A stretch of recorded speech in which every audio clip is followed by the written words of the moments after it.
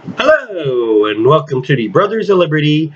This is the older brother Kelton, coming to you in this video on Oregon Initiative 114. Oregon Initiative 114 is billed as a background check initiative. Now, this is for the Oregon residents, but I'm pretty sure it's going to spread to other liberal areas because this is a very cutting way to take away your gun rights and to make sure you don't ever buy a gun again. Now, how is a background check initiative going to stop you from buying a gun? Well, simply put, it's going to mandate that a non existent permit for purchase, let me read it here, system take effect within 30 days of passage. Sorry about that. The requirement of the system is the applicant must complete a live firearm safety training exercise with a law enforcement certified instructor. System training and certification requires local law enforcement to develop, implement, staff, and enforce the system. Guess what? Salem and Portland, they've defunded the police. So how they got the resources to do this? They also require background checks between private parties, a ban on magazine or firearms holding more than 10 rounds. Oh, and here's the kicker. A publication of an annual registry of applicants with personal information being made to the public. Yes, you heard that right. Your address, the place you live, your phone number, your date of birth will all be for all to see. Sounds like freedom, right?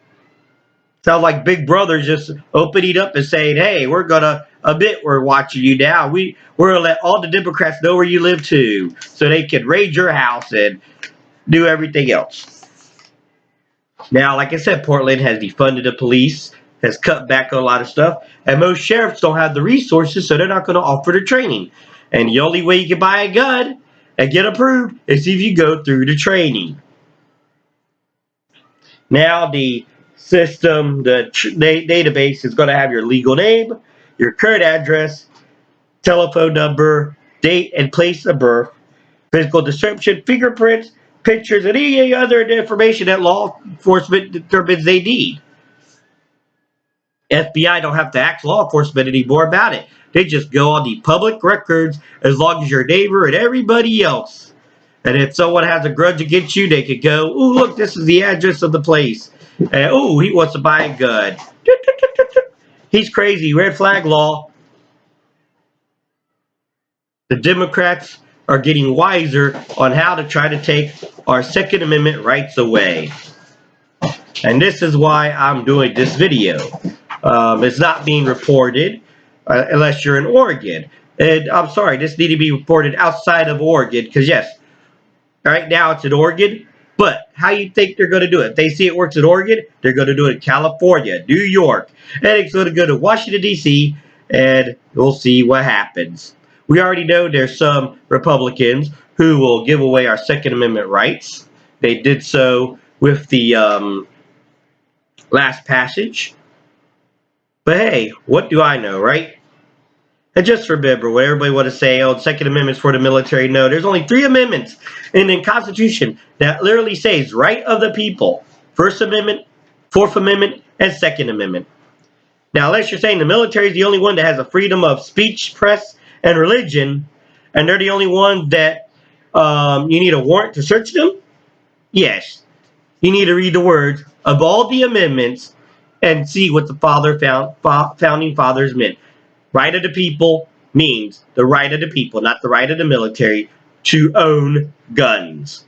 It was created to stop tyranny before it begins, not for hunting, not so they could kill a duck.